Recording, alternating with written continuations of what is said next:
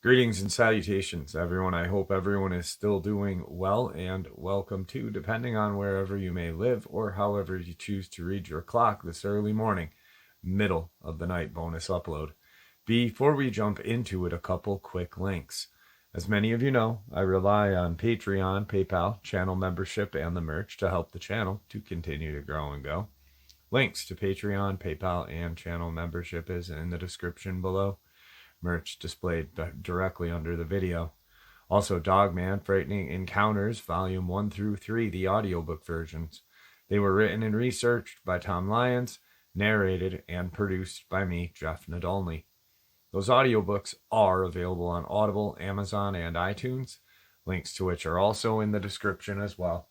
And finally, last but definitely not least, if you'd really like to help support the channel to continue to grow and go, simply subscribe. It does not cost a cent. Click the like button. It takes half a second. If you don't want to miss out on any of the informative uploads that I put out daily, click that bell icon. And folks, please leave a comment. Why? Well, because all of these things really do help this channel to continue to grow and go. And yes, folks, they definitely do matter. Now, everyone, I have taken far too much of your time. Let's jump into this early morning or middle of the night bonus upload, shall we?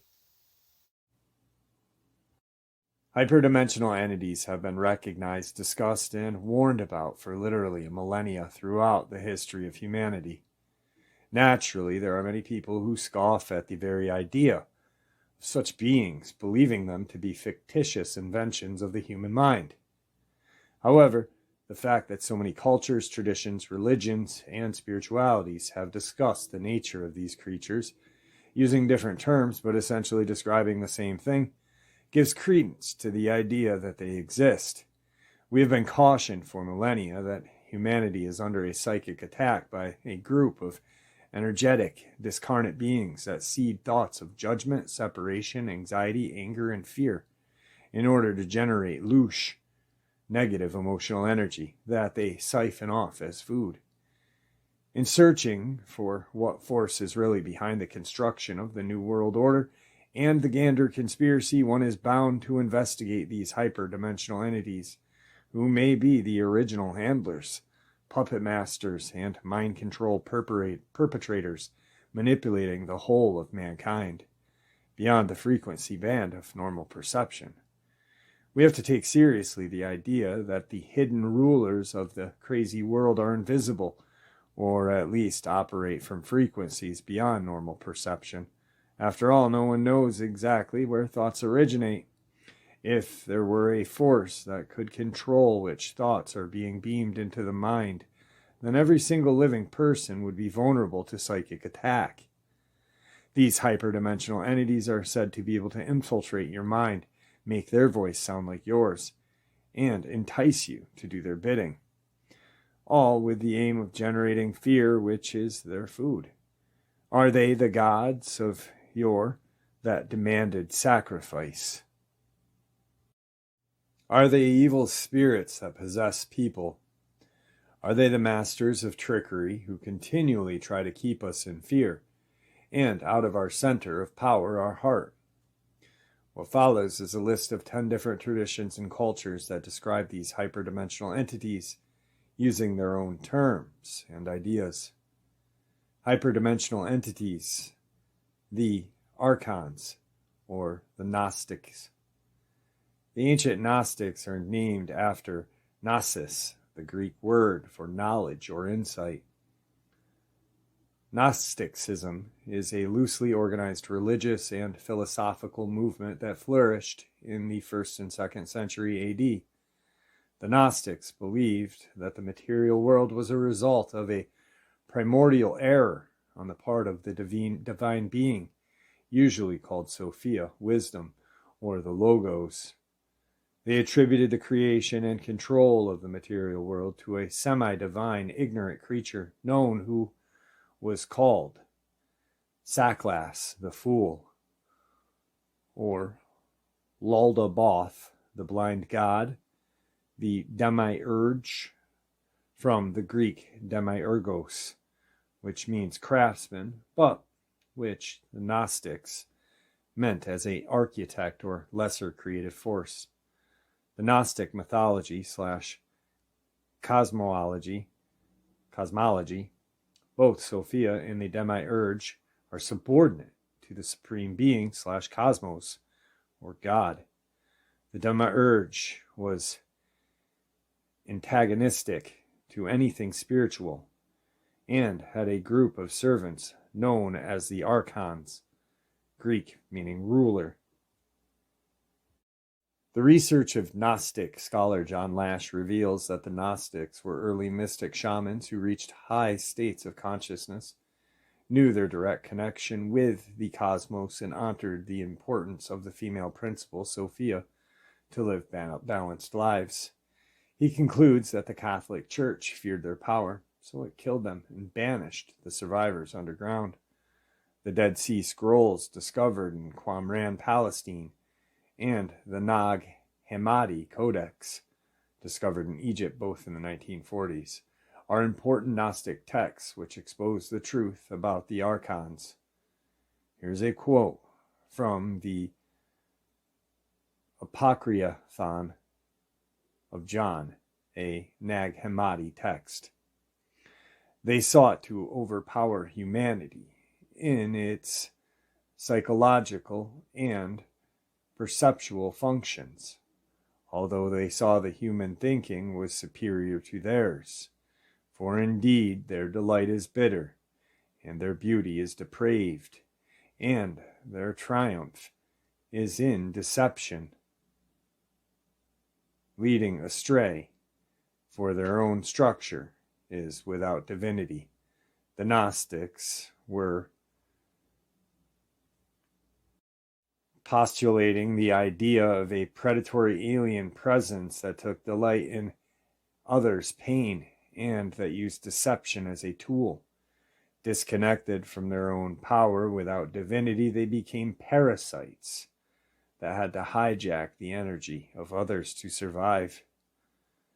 Hyperdimensional entities, demons, Christianity. These same forces are called demons in the Christian tradition. In this famous quote from Ephesians 6:12, the creatures are actually called rulers and authorities, which directly echoes the language used to describe the Archons in the Dead Sea Scrolls and the Nag Hammadi. For our struggle is not against flesh and blood, but against the rulers, against the authorities, against the powers of this dark world, and against the spiritual forces of evil in the heavenly realms. Christianity also contains a tradition of exorcism of evil spirits. The gospel contains many stories of Jesus casting out evil spirits. This tradition continues to the current day. Father Gabriel Amorth was a former official in the Vatican who served as an exorcist for the Diocese of Rome for 30 years. He was also the founder of the International Association of Exorcists.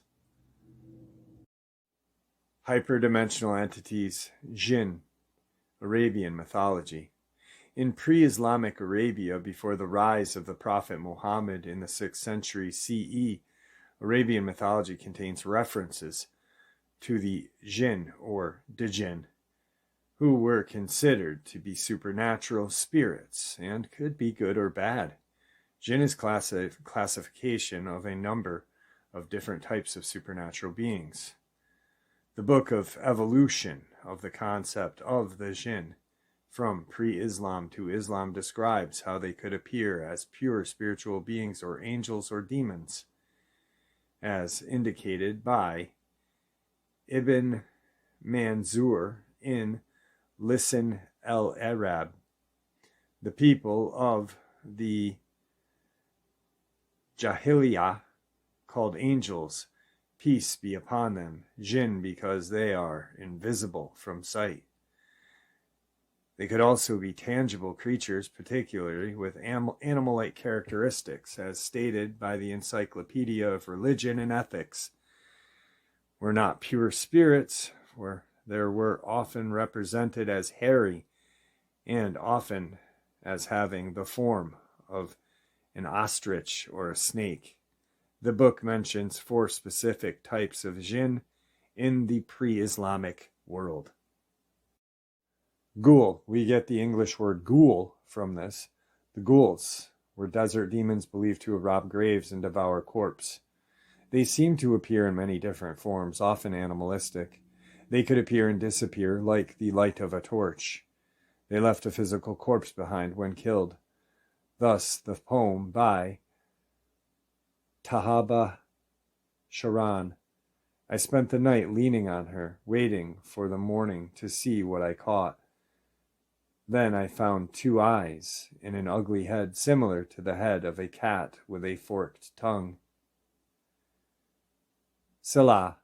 The difference between this and the former is not clear. They seem to be more sneaky and clever. A story exists of a one marrying and bearing human children. Possible other differences may be that they are active during the day instead of at night, or that the Silaha is female and the ghoul is male. Neither seems to be universally respected, though. Shaykh. This was a man with only half of a body, who would beat a human to death if encountered. From Al-Hids, there's a shaykh appeared to him. He had only 1 hand, 1 eye, 1 leg. They recited poetry to each other. Then they hit each other, and both of them fell dead. Shaitan. This will be explored upon below. The English word Satan is derived from this Arabic word. They were noted to being smart, cunning, powerful, and generally rebellious. Hyperdimensional entities. Shaitan, Satan, Islam. Shaitan belongs to the pre-Islamic Arabian mythology. However, there is a story that Muhammad was tricked by one, although there are debates by scholars over the historicity of this incident. Realized it and came out publicly the next day to be correct what he said. In the Quran, there is a story of Iblis, the first Shaitan, who was apparently made by Allah, God, from a fire so pure that not even smoke could mar its beauty. This is interesting because references to the Archons as made from smokeless fire crop up repeatedly across different traditions. Iblis refused to bow to Adam, who was, after all, a mere man made of clay, so Allah banished him from heaven. Iblis swore to take revenge on Adam, and all clay men like him. Iblis is considered the lord of all the Shaitan, and is said to have gathered an army of Shaitan and Jinn to persecute mankind. The Shaitan is described as a sweeping force and a whispering voice, visible only to donkeys who betray desperate warnings when they see it approaching. When they see approaching.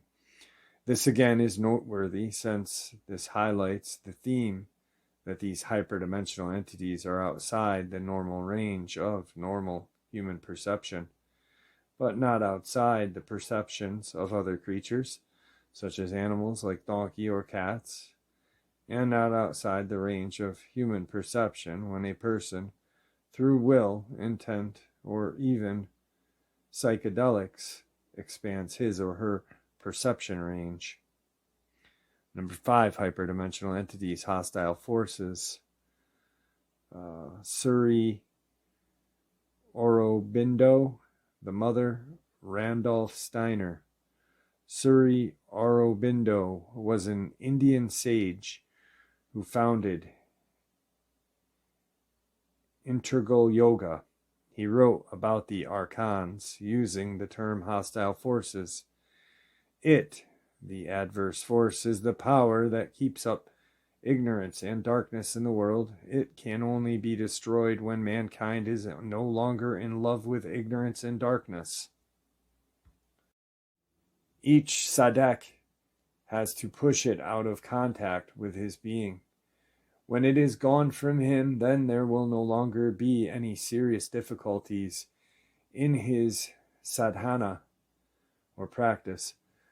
The hostile forces are powers of darkness who are in a revolt against the light and the truth and want to keep this world under the rule of darkness and ignorance.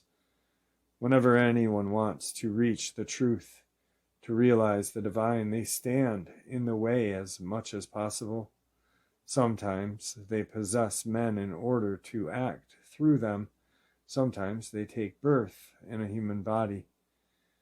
When their use in the play is over, they will either change or disappear or no longer seek to intervene in earth play.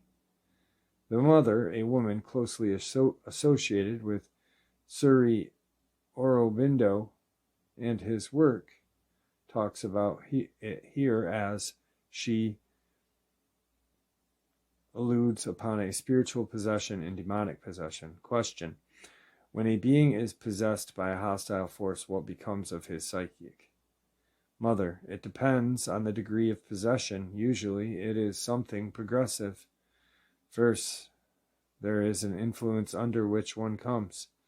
The second, the influence becomes permanent, and there is one part of the being which deteriorates, which is constantly under this influence and expresses it.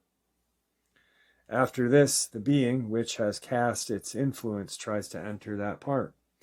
Then usually this produces a conflict, a kind of inner battle. If one doesn't know how to resist and doesn't succeed in shaking off the hold, then gradually the being that has seized upon a part of a person acts like an octopus and spreads its tentacles like that, slowly everywhere, and finally it is a total possession. At the moment of total possession, either the possessed person becomes completely unbalanced or he becomes a kind of monster. Randolph Steiner is known for many things, including his revolutionary ideas about education. He too was aware of the Archons. There are beings in the spiritual realms for whom anxiety and fear emanating from human beings offer welcome food. When humans have no anxiety and fear, then these creatures starve. If fear and anxiety radiates from people and they break out in panic, then these creatures find welcome nutrition and they become more and more powerful. These beings are hostile towards humanity. Everything that feeds on negative feelings, on anxiety, fear, and superstition, despair, or doubt, are in reality hostile forces in supersensible words, launching cruel attacks on human beings while they are being fed. Therefore, it is above all necessary to begin with that the person who enters the spiritual world overcomes fear, feelings of helplessness, despair, and anxiety. But these are exactly the feelings that belong to contemporary culture and materialism, because it estranges people from the spiritual world. It is especially suited to evoke happiness and fear of the unknown people, thereby calling upon the above-mentioned hostile forces against them. Hyperdimensional entities have been observed, warned about, and even fought with throughout the history of humanity by shamans, mystics, and prophets. Although the way these hyperdimensional entities have been described in which cases is different, the similarities among the accounts are far more striking than the differences. Just what are these hyperdimensional entities exactly, and how do they affect you? Hyperdimensional entities: 6 cosmic predator mud people, shamanic a la Castaneda. Out of all the descriptions of hyperdimensional entities thus far presented, the descriptions given by Carlos Castaneda in his 12th and final book, The Active Side of Infinity, are the most disturbing for me personally. Castaneda relates what his mentor Don Juan taught him about the Archons, which he called the cosmic predator and the mud shadow. We have a predator that came from the depths of the cosmos and took over the rule of our lives. Human beings are its prisoners. The predator is our Lord and Master. It has rendered us docile, helpless. If we want to protest, it suppresses our protest. If we want to act independently, it demands that we do not do so. This was an energetic fact for the sorcerers of ancient Mexico. They took us over because we are food for them, and they squeeze us with no mercy because we are their substance. Just as we rear chickens in chicken coops, the predators rear us in human coops, human arrows. Therefore, their food is always available to them.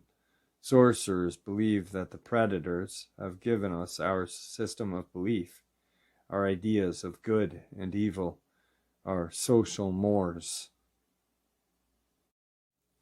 They are the ones who set up our hopes and expectations and dreams of success or failure. They have given us cowardice and greed. It is the predators who make us complacent. In order to keep us obedient and meek and weak, the predators engaged themselves in a stupendous maneuver, of course, from the point of view of a fighting strategist. The maneuver from a point of view of those who suffer it. They gave us their mind. Do you hear me? The predator gave us their mind, which becomes our mind. The predator's mind is contradictory, morose, filled with the fear of being discovered any minute now. Through the mind, which, after all, is their mind, the predators inject into the lives of human beings whatever is convenient for them, and they assure, in this manner, a degree of security to act as if a buffer against their fear. The sorcerers of ancient Mexico were quite ill at ease when it came to the idea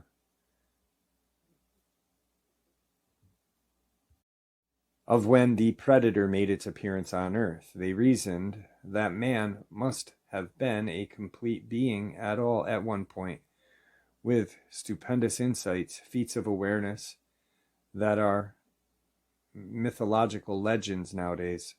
And then everything seems to disappear, and we have now a sedated man. What I am saying is that what we have against us is not a simple predator. It is very smart and organized. It follows the methodical system to render us useless. Man, the magical being that he is destined to be, is no longer magical. He is an average piece of meat. The mud shadow explains the seemingly irreconcilable differences between man, the genius engineer, and man, the stupid idiot. The cosmic predator uses man as food, but in order to get the most loosh he can, he has to whip man up into negative frenzy, much as farmers fatten their chickens and cattle before killing them. Don Juan specifically explains that every man has a glowing coat of awareness upon which the predator feeds. It milks men by provoking emotional drama so as to generate flashes of awareness that it then eats. In other places, in the Castaneda book series, Don Juan describes the mud shadow as a foreign installation, and even hints that certain shamans or sorcerers have seen the creatures. Number 7, hyperdimensional entities, the evil magician.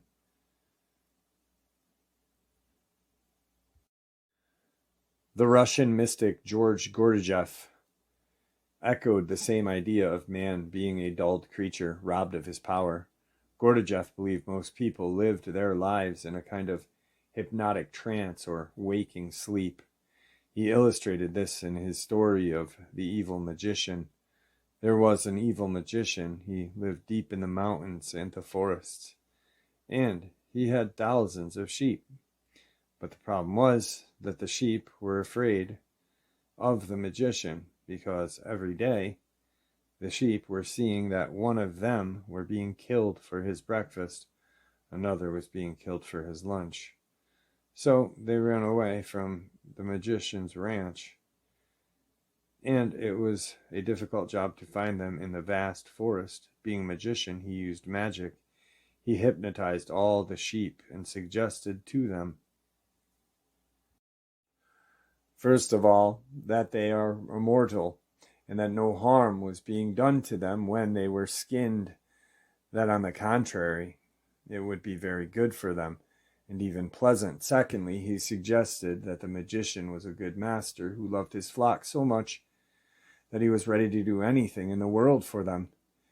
In the third place, he suggested to them that if anything at all were going to happen to them, it was not going to happen just then, at any rate, not that day, and therefore they had no need to think about it.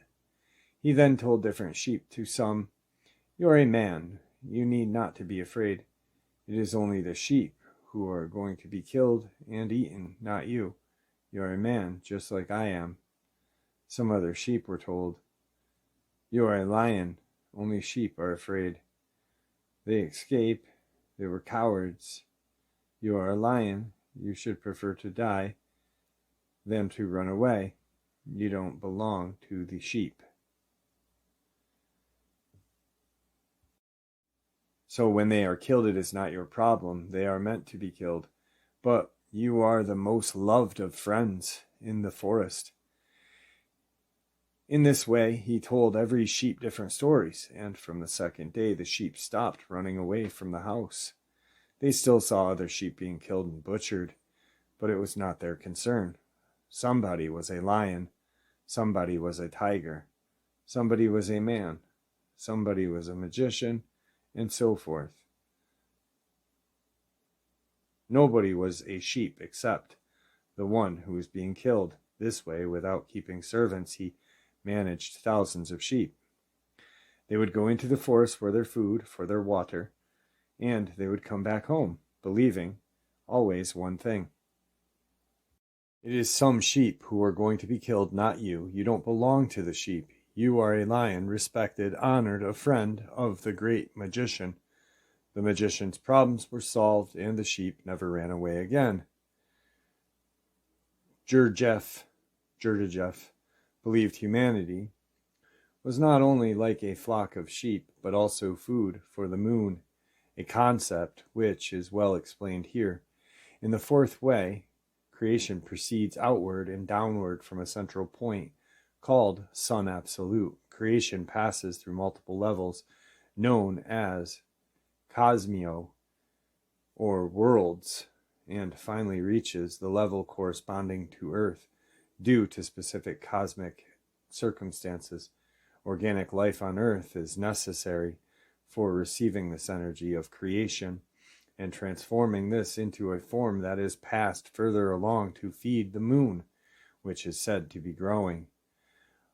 All this is seen as a natural process where organic Earth life, including man, performs a function in the cosmic organism, a little like bacteria perform a function in the human digestive system. The fact of mankind collectively being required to produce certain vibrations or energies for serving various cosmic purposes is stressed throughout the Gurdjieff's Beelzebub tales to his grandson. So-called planetary influences cause mankind to fight wars and endure deadly events, so that a certain quota of energy release can be fulfilled and the moon fed. The ideas of predator eating our awareness, loosh, and food for the moon are all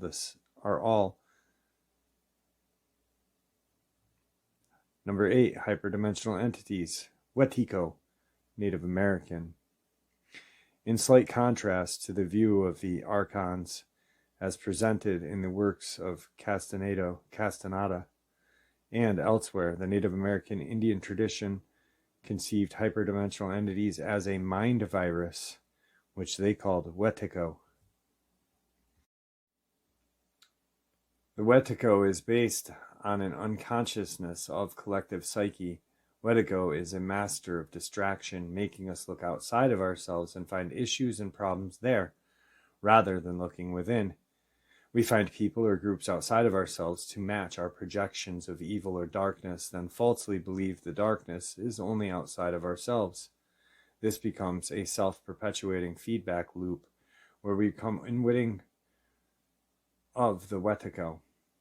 Paul suggests that whether we look at Wetiko as a cunning enemy out to destroy us or a cheeky challenger out to prod and poke us into fuller awareness, it's a matter of perspective. Obviously, it is more empowering to view the created situations and outcomes of the mind virus as gifts rather than curses or burdens, because the former view may spur us on to become better people, while the latter may lead us to anger and hate. We do at least have that much choice, but unless we are already fully awakened or enlightened individual, we do not yet have the choice of whether to invite Wetiko into our lives or not. It is already here, and it is not going away unless every last speck of shadow is fully acknowledged. From this perception, the hyperdimensional entities are part of a single mind virus which tries to trick us at every turn, causing us to see problems in others. Psychological projection, when really the problems originate from ourselves. The list is not complete, for there are many other traditions which speak of the same basic idea. The concept of Maya in Hinduism and Samsara in Buddhism describe the state of being lost in an illusion of shadow or being led around by temptation and seduction due to archontic influence. According to Bernard Gunther, there are other references to hyperdimensional entities, lords of destiny, and the general law. But how do ETs fit into all of this? At this point, the overwhelming evidence of the existence of aliens or ETs must be mentioned, especially for the Greys and the reptilians. It is unclear where these beings are the same thing as the Archons, who are not physical, or whether they are physical and therefore subject to psychic attacks by the Archons, just as mankind is, though I believe the latter. There are many different whistleblowers who claim to have had physical interactions with Greys and reptilians, including Phil Schneider, Naira Isley, Nadara Duran, Barbara Lamb, and many others. There is also the idea put forth by many, such as Whitley Strieber, that hostile ETs engage in producing an alien-human hybrid race through genetic engineering, cannot physically experience Earth in their own bodies, so they appear to be trying to experience it through others. This idea suggests there is something different, non-corporeal, about these ETs, just as there undoubtedly is with the Archons. They cannot quite cross dimensions. However, more research needs to be done in this area. One final note on this aspect of topic: a common theme among stories about hyperdimensional entities and reptilians is that there is some kind of channel which is opened, especially during the ritual. This channel is a two-way street. The possessing force takes over the vessel's thoughts, words, and actions to some degree, while the possessed gets to use borrowed energy and feels a dark rush or adrenaline high. The main point of this demonic possession is so that the hyperdimensional entity can cross over dimensions more easily into this world. This is very important to remember.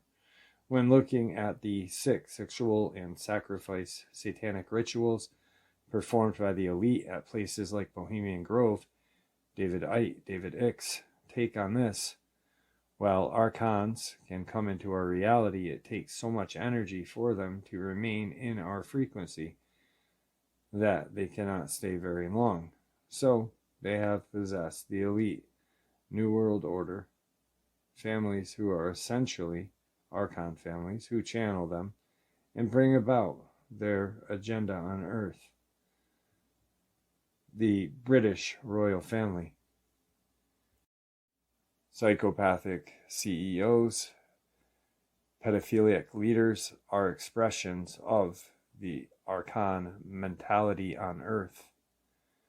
Beware the fake light. There is much evidence that is the archons who are behind the fake light of the New Age movement, the possible light trap at the point of death, and the ubiquitous divide and rule strategy we see everywhere in the push towards NWO.